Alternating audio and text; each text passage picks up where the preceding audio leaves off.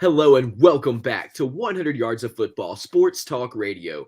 I'm your producer, Jeremiah Long, and joining me to talk about the BYU Cougars in our team preview for this college football kickoff. We're so close to the season. It's just getting more and more exciting. So we're talking about as many of the amazing teams as we can. And of course, bringing those to you this Monday morning is our resident host, Mr. Logan Landers. How's it going, bro? Hey, what's going on, Jeremiah? I'm having another great team preview today. We've done a few of them so far. We're going to be doing a lot more each and every single week, trying to get you, the fans, as many college football teams as we possibly can imagine before the season kicks off, because that's just what we do here. We try to give the fans, we please them, we let them know, hey, this is what your team is going to do. And Jeremiah, did you know if the fans want us to move their team up faster, they can always put it in the comments. Just a suggestion, everyone. Yeah, and that is so true. We love our BYU Cougars fans. Thank you so much for watching the show. And to the rest of our audience, if there is a team that you want to see before the beginning, because we can't cover them all, but we want to cover as many as possible, no matter the size of the school, no matter the reputation. We're not just going to talk about the Alabamas of the world. We want to talk about every amazing team. There are incredible players who will be drafted in the next few years into the NFL, and we want to make sure we're highlighting you and your fandom. So, just like Logan said, just drop in the comments and let us know. Send us a message over on LinkedIn, on the Facebook, on YouTube, over on our website, and just drop us a line and let us know that you'd love to see your team. And thank you so much for watching and listening to the podcast. Well, Mr. Landers, BYU, they have been having some interesting, good seasons. We want to see where they're going to go. They've got some really awesome challenges ahead. What do we have to look forward to? Well, I mean, people said last year that this is going to be a team who's going to be in rebuilding mode. We all know their star quarterback, Zach Wilson, right? He got drafted. He left the team, went to the Jets, is doing his thing there, trying to get them turned around. So they thought last year, 2021, was going to be a bit of a rough year. It was not. They had a really good year once again. 10-3 overall record, finished 19th overall in the AP polls, and they unfortunately lost a heartbreaking game in their bowl game, the Independence Bowl, to UAB 31-28. So even though you lost your bowl game, still a very good season.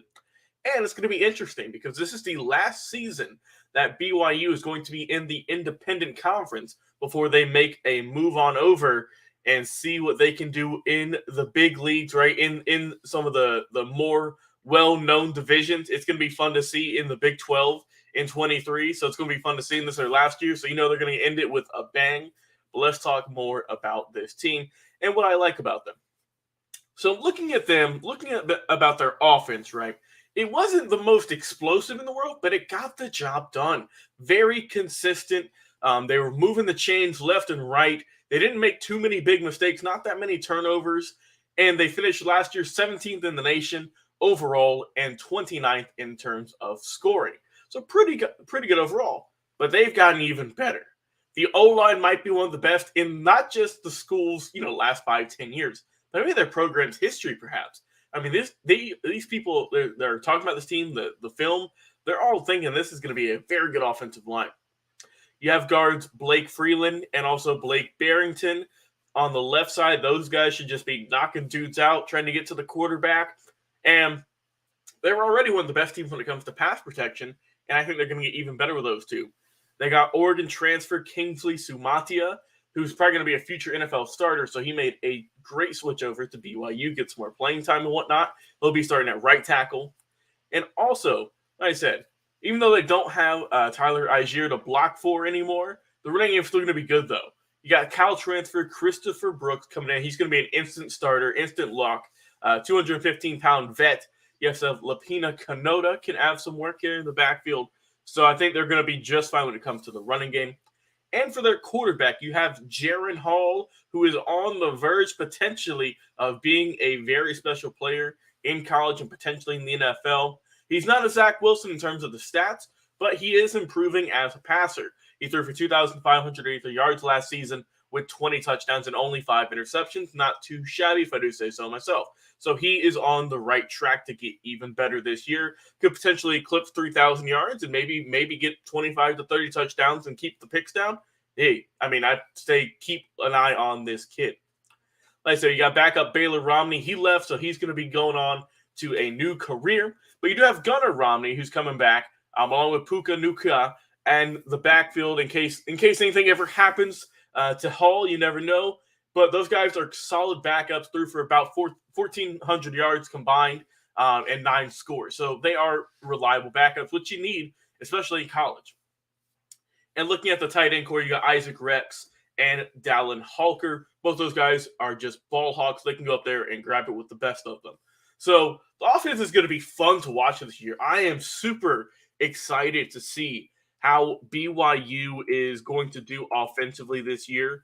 And I'm expecting them to really look good. Let's talk more about this team, their defense, right? It was the weak point a little bit last year, right? They struggled. They struggled some last year on defense, so it's got to get a little bit better. They allowed 388 yards and 25 points a game on average, so you got to clean that up if you want to get an even better record, and if you want to really get things going, and if you want to get some more turnovers and whatnot. So I think they need to work on that. Like I said, they only allowed over 500 yards twice last year, so that's not too bad. But you're still allowing 300, 400 yards. That's still not going to get it done, especially in the big game. Like I said, they lost their bowl game. They gave up a good bit of points, so you got to clean up your defense. But let's talk about who is going to really help them out. So you've got some really good players here, right? It starts with getting your healthy guys coming back, and that's going to be your linebacking core where they are stacked. Peyton Wilger and Keenan Peely are coming back after they were hurt last year. Both those probably should combine to about over 100 tackles, so I'm looking for them to have a good season. And plus, you get 2021's leading tackler, Ben Bywater, who's coming back, and also the second leading tackler, Max Tooley, who plays a little bit of a hybrid role. And, I mean, hey, these guys are going to be tackling machines, I think. And then the pass rush, getting to the quarterback, it's got to improve. Last year, they only generated 20 sacks in total and 64 tackles for loss. That's not going to get it done anywhere you look on any football level. And only 3 players on that core registered more than a sack and a half. So they got to get things more diversified. They have to get more players getting to the quarterback. You have Tyler Beatty coming back, who led the team last year, right, with only 3.5 sacks. But hey, he's still a team leader.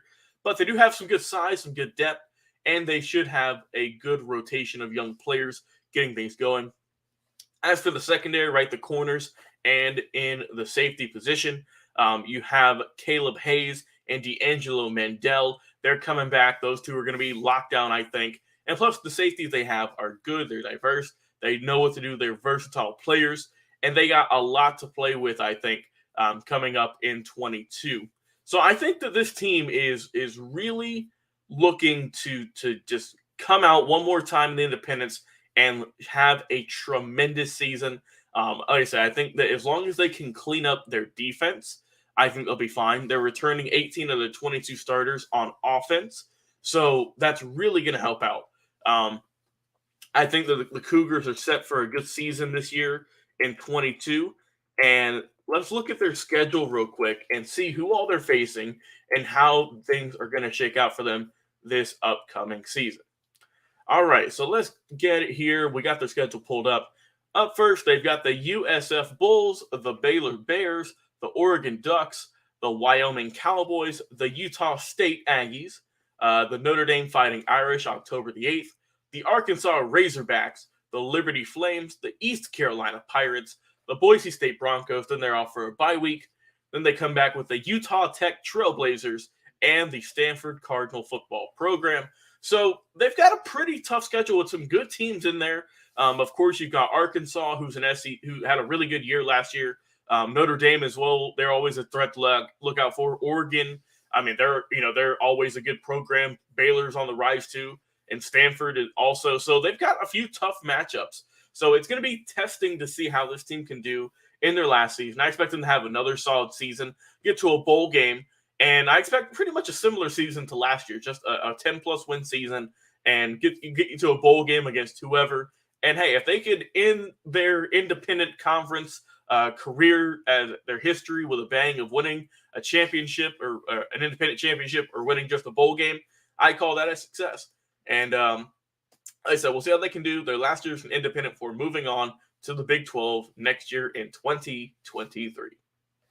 Man, that's going to be huge. So this is a transitional year for them. They really get their legs under them and see what's coming down the line. And yeah, it's going to be really exciting to see. And, I think that everyone's very proud of them for moving, to these bigger kind of areas and to be facing some really tough competition. So, shout out to them for pushing themselves into that next level. Shout out to some of the great players coming out of this camp, and definitely shout out to the fans. So thank you so much for that, Logan Landers. And everybody who's watching, we want to hear from you. The BYU Cougars, what do you think will happen in this season? We'd love to hear from you. Put it into the comments. And if you're listening to the podcast, first off, thank you. But if you're not listening to the podcast, come join us. 100 Yards of Football, anywhere that you listen to podcasts, including over on iHeartRadio, Stitcher, Amazon, Google, the Apple App Store. You can download it for your podcast there and listen to it there. And then one of my favorites is also Spotify, which I listen to all the time. So you can listen anywhere that you listen to the podcast.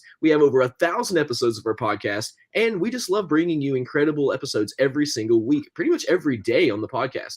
So thank you so much, Mr. Logan Landers, for that preview of the BYU Cougars in our college football team preview for 2022. I am your producer, Jeremiah Long, and this is 100 Yards of Football.